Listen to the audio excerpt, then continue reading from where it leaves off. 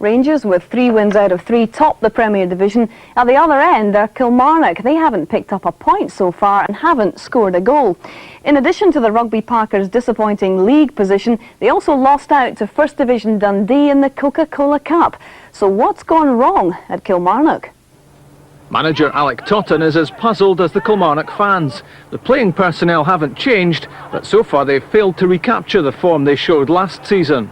Obviously we're slightly worried, but it's very early yet, so we're still doing a few things in the training ground to try and sort it out. It's maybe not a crisis at the moment, but I suppose another couple of games without a win, then the pressure does mount to start picking up points. But the pressure would definitely mount up, to get points in the bag, but it's too early to talk about a crisis.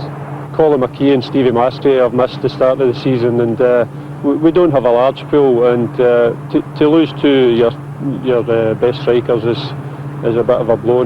I think we have been toiling a wee bit up front. We've not really been making many chances, to be fair to the strikers that have played, but I think if we get these 2 back, then there's more options for the manager, and I think we'll pick up if we get them back. At Kilmarnock, they still reckon it was a soft penalty given to Celtic, which knocked them out of last season's Tennant Scottish Cup. And in the league, they finished in 7th place, having been tipped strongly for relegation. They beat Aberdeen 4 times. A result like that tomorrow could spark a Killie revival. There's no magic wand. I mean, all you can do is work hard during the week, and hopefully we're luck will turn. We have been a wee bit unlucky, and if you get a wee rub of the green then, and you get a win under your belt, then you can take off of there, so hopefully we can do that. To try to freshen things up, Kilmarnock brought in track star Brian Whittle this week to take some fitness training. He says there's no black cloud over Rugby Park. One thing I'll say about Kilmarnock is they've always got a very good team spirit. I've worked with a few football teams before, and here they always seem to have a good laugh, and everybody seems to gel together very well, so I'm sure they'll get over this.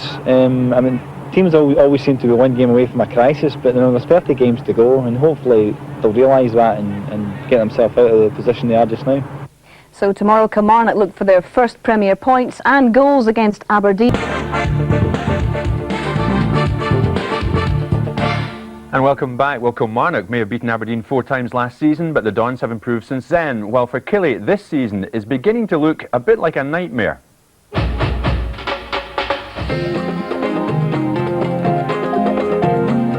Having lost all 4 matches against Kilmarnock last season, Aberdeen had all the incentive they needed to overcome the struggling Rugby Parkers. They almost took the lead inside the first 2 minutes.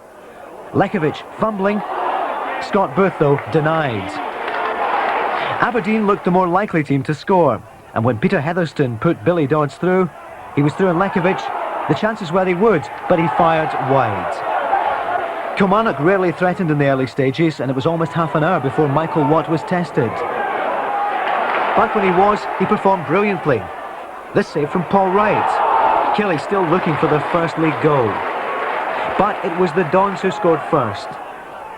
The long punt up, but immediately McKimmy's header catching the Kilmarnock defence square, and Joe Miller providing the perfect finish. 1-0 to Aberdeen.